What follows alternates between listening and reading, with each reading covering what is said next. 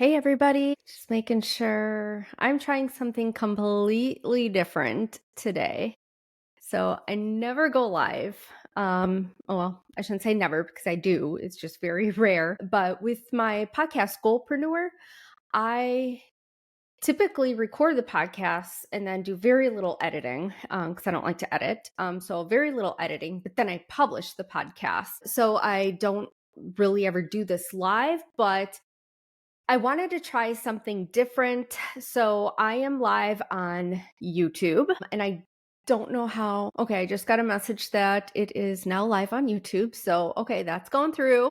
And then my Facebook, I have it to my Facebook as well. So I don't know if I'll be able to see messages or comments if people are watching. I have no idea how this works. So honestly, it's just like everything's an experiment. Am I right? Okay. Well, I don't need that. But we're going to get into it. I have something really cool I want to talk to you about. So if you've heard of Napoleon Hill, he's a really great author, but he interviewed over 500 super successful businessmen a long time ago. He interviewed 500 successful, like super successful businessmen back in the day to find out how they were able to achieve their success. So let's see. Yeah, if anybody comments, if you're watching this either on YouTube or on Facebook, I honestly don't know if I'll see a comment or a message or get a notification. So if you say something and I don't respond, I apologize and I will get to it after this episode is done. So Napoleon Hill, he has the book Think and Grow Rich. When I first saw that book, I was like, okay, Think and Grow Rich. What the heck is that? Because that sounds weird. And it didn't really make sense, but I had heard a lot of people talking about the book. So I'm like, okay, there's got to be something to this. Let's buy it. And I was going to be going on a trip.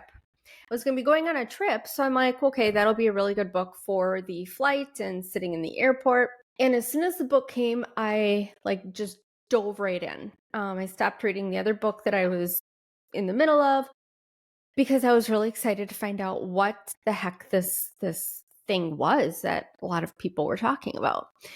And it was so captivating. It was so captivating within the first couple chapters, actually the first few pages. I'm like, ooh, okay. I'm really intrigued. And I just couldn't put the book down. I had finished it. It took, I think, maybe, I read it really quick. So it was probably about 2 weeks, maybe 3. And I will go back and read it again because I really want to let everything in the book soak in. I like to have actual books versus listening on Audible or having, like the audio version. But I like to make notes. I like to highlight. If you're anything like me, you need to have the physical book. Like it's maybe just that old school mentality. I was born in 78 and so I'm a 70s baby, 80s girl growing up. I like old school things. I like paper calendars. I got one there and I got my other calendar here. So wall calendar and then my actual planner. I like to write stuff down. I love notebooks. I love office supplies. I love Post-it notes. I know that the easiest way is everything online and digital now. That just doesn't work for me. I found out a couple things about how my brain works. I'm a little OCD with some things and a little ADD with some things. So it's like a combination of both, but neither of those hinder me from doing anything. So thankful about that. But learning what works with me and how I can best support that, I need to have paper calendars. So with this book, I started highlighting and writing notes, and I would have my notebook right beside me because as I'm writing notes in the book and highlighting in the book, I'm also writing notes in my notebook. I don't know why. Don't even ask. If you do that, you can let me know just so I am not alone. But the book is amazing. So if you don't have that in your personal library, so I call it a personal library. If you don't have that in your personal library, get it on Amazon, start reading it. It will make a huge difference in your life and in your business and with mindset It will help untangle the crazy wires in your mind. I don't have enough really good things. Is that right? I don't have enough good things to say about it. So that means that there's way more that I could say. I think I got that right. Anyway, so today we're going to get right into it. So, talking about how to unlock the other 90% of your mind, because I was listening to something from Napoleon Hill today on Spotify, and he said most people use only 10% of their mental capacity and wonder why success eludes them. Only use, most people, not everybody, most people, everyday people, only use 10% of their mental capacity. And if you're a business owner, it's probably why you're listening to this. You have a business or you have a hobby wanting to turn into a business. People are not utilizing the other 90% of their mental capacity. And it's like, well, why doesn't this work out? Why doesn't that work out? I don't know why I'm so frustrated. Like, I try, but nothing ever seems to work. Well, number one, I don't like the word try. I catch myself when I use it, because what I say is when you use the word try, you're leaving the door of failure open, and you're giving yourself reasons why it didn't work. So if try is in your vocabulary, stop it. Next time you're talking, you're like, well, I tried to do this, or I tried to do that. Catch yourself. Be mindful of when you use the word try, and then restate that again. So I did this and it didn't work, so I need to pivot. I need to do something else. But don't use the word try. It leaves that door of failure open and allows for excuses to be brought in. Okay. If you see me looking at my computer or looking off to the side, I'm just looking at my notes to make sure I don't miss anything, because this is such a juicy episode and I was really excited to record this. So the line that he had said, most people use 10% of their mental capacity and wonder why success, doesn't hit, it eludes them. So that single line stopped me in my tracks. Because how many times have you thought, I know I'm capable of more? Like, you have that gut feeling like, geez, I know I can do better. I know I have more in me. I feel stuck. I feel like I don't know how to get over this little hill that's in front of me. Like, no matter what you do, no matter what you experiment with, it was like you just couldn't get over the hill. It was like that block, that wall. So you know you're capable for more, but how do you actually start moving up the hill to get over it, or just completely jump over? That would be the best thing. So I thought, what if I could sit across from Napoleon Hill himself and a modern psychologist? I love psychology. Should have gone into psychology, but I didn't. So if I could go back in time and sit across from Napoleon Hill, but then also have a modern day psychologist and just ask, well, okay, you said this. How do I do it? Like, how do I unlock the other 90%? So here's what he would say. So from Hill's perspective, and this is kind of based on what I know from the book, having read it. This is based on what I know from his book, Think and Grow Rich. He would probably lean in and say, most people wander through life asleep. They drift. They let fear, habits, and other people's opinions direct their path. They allow other people to steer their life. Oh boy. Okay. That was kind of like okay. I have done that. Totally guilty. We're not perfect. I'm not perfect. You're not perfect. Nobody is perfect except God. So most people wander through life asleep. They don't give any thought, zero consideration to what they actually want out of life, out of their business, out of relationships, out of health. And it's just like, wherever the wind's going to blow them, that's where they go. So they're listening to other people's opinions. And well, I did this It worked for me, so you should probably do that. That's a bad way to navigate through life. What works for one person does not always work for another person. What's healthy for me could be poison to your body. See how that works? So they wander through life completely asleep, letting the wind blow them from here to there, other people's opinions, guiding their life, directing their life decisions, directing their path, and they allow fear and habits to steer them. So, to use the rest of your mind, you must give your subconscious a definite command. Be crystal clear on what you want, write it down, okay? You can do it in your phone, you can do it in a digital calendar, whatever. Write it down, put it on a Post-it note, put it on your bathroom mirror. That's what I used to do. Like back in the early 2000s, after I had my first baby, and I wanted to lose the weight super quick.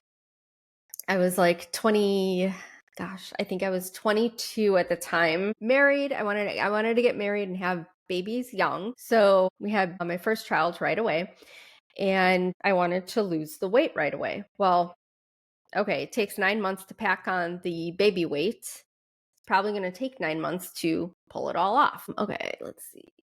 I was just looking, I saw a notification come through on my phone. I thought it might be a comment, so I was going to address it, but it wasn't. So anyway, to help me get into the mindset of ditching the pregnancy weight while keeping my calories up so I can nurse my baby and then drop fat without dropping calories too low.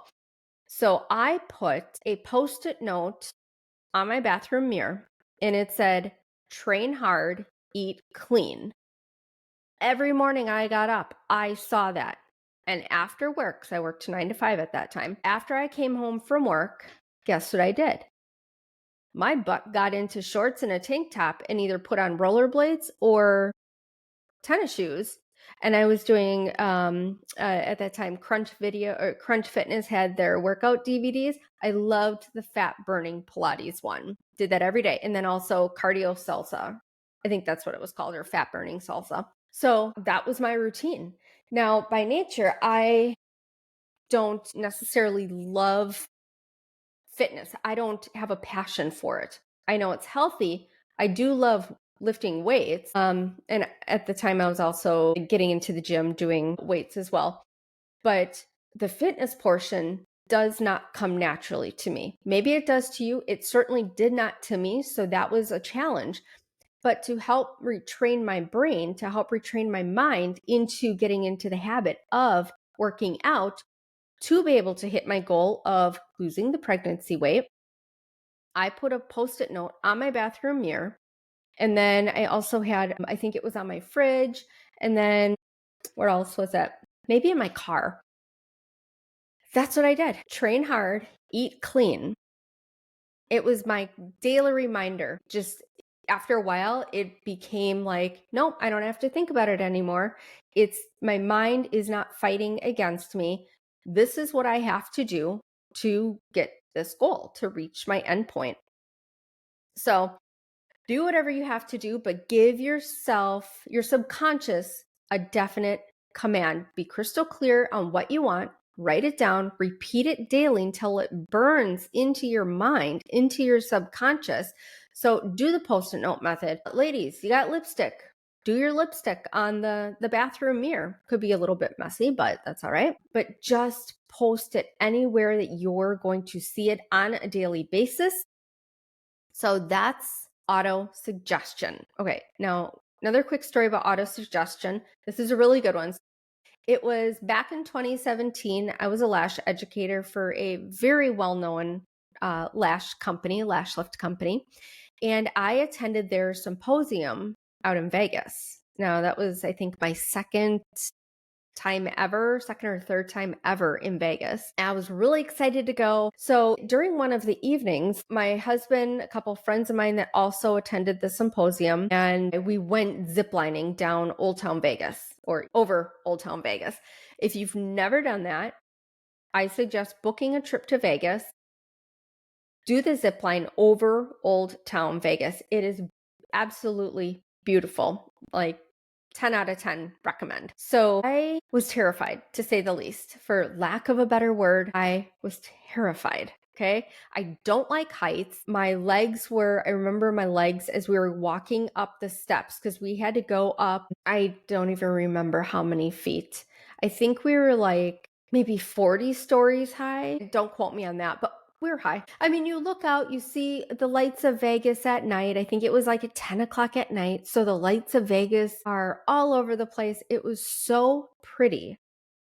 But I remember my legs were super shaky. I felt like, even though I had just gone to the bathroom before, I felt like I was going to wet my pants. Like my bladder was just extremely nervous. And I thought I was going to have an accident. But I just remember telling myself that I am so excited to do this. It's going to be so pretty. It's going to be amazing to see the lights at night as I'm going down. And if you've seen Old Town Vegas, they have like the old part of the old town is covered and it's all lights that go, I think, to music. It is so pretty. But I just kept telling myself, I am excited. This is amazing. The lights over the city are so pretty because we're so high up. I love ziplining, even though I've never ziplined before. I just kept telling myself that and getting myself like super hyped up. I was getting myself super excited. I kept repeating those statements to myself. And when it came time, like when my time was finally up, the door came up and then there was like padding. You got the harness on. You go into Superman pose. So your belly's facing the ground. And I like confirmed with the guy, I'm like, triple check everything, make sure nothing is loose, tighten it up. Like, I'm not going down here. But I just kept repeating to myself, I am so excited for this. It's going to be amazing. I'm going to be flying so high. Like, I'm going to feel the hair in my wind. It's going to be so pretty seeing the lights. I'm looking down over all these little people at the bottom walking around. It was an amazing time. But I had to do that auto suggestion to myself to get me into that state of excitement and being confident. And I don't want to say distracting, but it distracted me from what was actually happening. So in my mind, I was able to switch it from fear to excitement. It was beyond amazing. I wanted to do it again. So fear, it was not in my body. So there really is something to auto suggestion. So moving on from that story, Hill would say also that with auto suggestion, you also have to combine it with faith and action. And you have to believe that so deeply in your subconscious that it can't be refused. Okay. I was trying to think of something else. And so my mind got a little haywire there. So again, he would look me in the eyes. He'd say the subconscious mind is your bridge to infinite intelligence. Okay. It will serve you faithfully, but only if you tell it exactly what to do. So lay it out, write it down, repeat it to yourself, okay, on a daily basis until it becomes like second nature. And you don't have to think about it. It's in your mind. It's just something that you do. It's something that you believe. Now, here's a take from a modern psychologist perspective. Okay, if I was sitting across, so we got Napoleon Hill, we got the modern day psychologist. The psychologist would probably smile and say, you're not actually just using 10% of your brain. Your brain, it's always on. Okay, it's not like part of it is on and part of it is off. Use your entire brain. But the problem is that 90% of that activity, it's on autopilot. Okay. And that again repeats in a different way what Hill had said, that on autopilot, like we're directed and steered. We're directed and steered by thoughts and opinions of others. And we just kind of move with the wind wherever it wants to go. That's where we're going. We don't make our own choices. That's autopilot. So your unconscious habits, fears, and distractions, they're running the show. Again, that's what Hill had said, just in a different way. So to unlock the rest, you don't need more brain power. You need awareness and control of the power that you already have. So acknowledging it. So a couple ways to get that: neuroplasticity, emotional regulation, and what was the other one? Flow states. So I'm just going back to my notes here. So with neuroplasticity, probably have heard that. It's kind of a longer word. Your brain rewires itself when you practice new thoughts and habits daily. So that was what I was doing back in 2001 after I had my baby with my Post-it note on the mirror. I was starting to rewire my brain. So these new thoughts of, I don't like working out, I don't like fitness, I don't like cardio, it became like second nature. It was just something that I did. And it became a habit that I consistently did. And I dropped those 36 pounds. It took me about, how many months was it? Yeah, it took me about, I think, 8 or 9 months to drop the pregnancy weight, but it was dropped. Okay. So that's why affirmations and visualizations can actually work. They literally carve new neural pathways. If done right, it's not like the woo-woo manifestations or affirmations, because you also have to have the internal belief of what you're saying. Okay, so it's a two-parter. It's not just say things and that's it. Like, you actually have to believe it. You have to get yourself to believe it. So with emotional regulation, fear and stress hijack your mental bandwidth. So that's why things like journaling, mindfulness, or reframing thoughts, it starts to quiet the noise so you can access higher level thinking. So one thing I like to do, mental brain dumps. There's a lot going on inside of my head. My brain never shuts off at night. It never shuts off. I'm always thinking of things I could have done better throughout the day, work ideas that I probably should write down because I know I'll forget it in the morning. Things left undone. Maybe that's just us women in general or moms in general, but we have a hard time shifting our brain to, okay, now let's just focus on one thing. Let's just focus. Let's shut everything else off. Let's just do this. So by doing mental brain dumps, you're getting out that mental garbage, that mental clutter that's clogging up your mind. So when you do the brain dumps, you don't think about it. You don't judge what you write down. You don't judge what thoughts you have. Whatever comes to your mind, just write it down. It can be tasks, it can be chores, it can be errands, it can be groceries, it can be arguments that you've had, it can be business ideas, whatever is in your mind, write it down. And then you can take like a bird's eye view, look at it better and say, okay, now let's start grouping these things. And so instead of all of these crossed pathways in your mind, now you're grouping it. You're compartmentalizing. Did I say that right? Compartmentalizing everything. And now you can start to break out your daily tasks in a much better way. It makes everything so much easier. So do the mental brain dumps, get the clutter out of your mind so you can actually start to focus on what matters most. Now, last are the flow states. So when you line up your skill with challenge, your brain silences the inner critic. Okay. So that's when you get access to creativity, clarity, focus that you didn't even know that you had. One thing that I really like to do is time blocking. You might have heard that before. People call it a few different things, but I like to call it time blocking. So I got my phone. It's always with me. I have my timer and I set it for a specific amount of time to allot to the task. So if I'm batching emails, I'll set it for an hour or an hour and a half. And I know during that hour and a half, that's what I'm working on. I don't have to think about anything else. I know I'm focusing on batching emails and getting those scheduled. So if you don't time block, a problem that you can run into is now, okay, you have your batching emails as an example. You don't time block, you're going to take as long as you want to do those emails. It could take the whole stinking day. Okay. Instead of just the hour or an hour and a half or 45 minutes, whatever.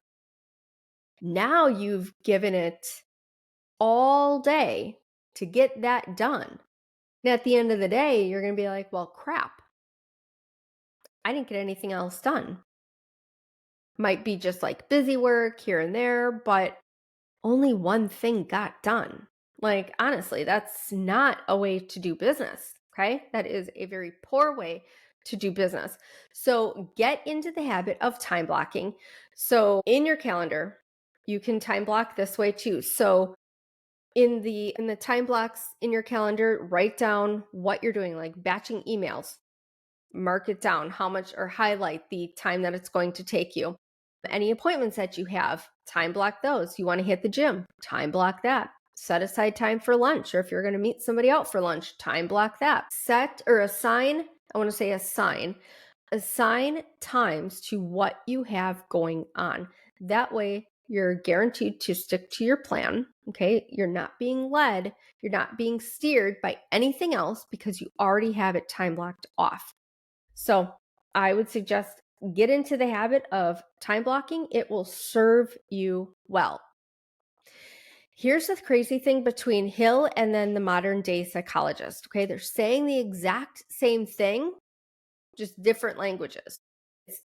Nobody's reinventing the wheel, reinventing anything else.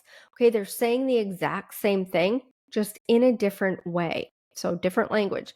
So Hill says, give your subconscious a command and feed it till it obeys. Okay. Like my story about my post-it note on my bathroom mirror for working out, train hard, eat clean. Okay. I'm feeding my subconscious mind until it starts to obey. And it's like second nature for me. Then the other thing was telling myself, like my story in Vegas, telling myself like I'm excited to zipline, even though I have never ziplined before. I'm telling myself that I love ziplining. I'm so excited to be doing this. It's going to be amazing. So give your subconscious a command and feed it till it obeys. And the psychologist says, focus your habits, regulate your emotions, train your brain with repetition. Okay. Both, they're pointing to the same truth. You unlock the other 90% by deciding what you want, feeding your mind with it daily, and removing the noise that blocks you. So, okay. I hope this episode is good. I hope everything came through because, like I said, I've not done this live before on YouTube and my Facebook page. So we'll see what happens. Maybe I got a comment, maybe not. Nope, got a comment about something else. Okay. Yeah, maybe I'll get that later. Anyway, so in closing this episode, okay, so if we're, I don't think I mentioned this in the beginning. So I'm Courtney Spaeth. I'm a business coach. I also have the Goalpreneur podcast, which airs on Apple, Spotify, and YouTube. But I help women take an idea and implement that idea, create a product, and launch in days, not weeks or months. So it's going from lost, completely lost, like, I don't know what I'm doing. What am I doing? Lost to launched in days, not months. So that's who I am. That's what I do. Goalpreneur podcast. So think about this. Have you asked or have you told, your subconscious what you want? Are you practicing thoughts and habits that rewire you for growth? And are you clearing the noise of fear and distraction? So that's the key. Those three things are the key to unlocking the power that you already have. So honestly, it's not about using 100% of your brain. It's about finally using it on the things that actually matter. So, all right, we've come to the end. So if you liked this style of podcast and teaching, let me know. Let me know in the comments. You can, let's see. I'm just trying to read something else here. Okay, yeah. Let me know in the comments, and I'm trying to get more comments on my teaching videos and my podcast. So please help gal out. I hope this episode, it gave you the clarity and the confidence to take your next step. So if you love the episode, be sure to connect with me on Instagram. It's I am Courtney Spaeth. And then also on YouTube, it's Courtney-Spaeth. And also come hang out with me on my website. Check it out. It's CourtneySpaeth.com for more free tools and resources. Remember, you don't have to have everything figured out. You just need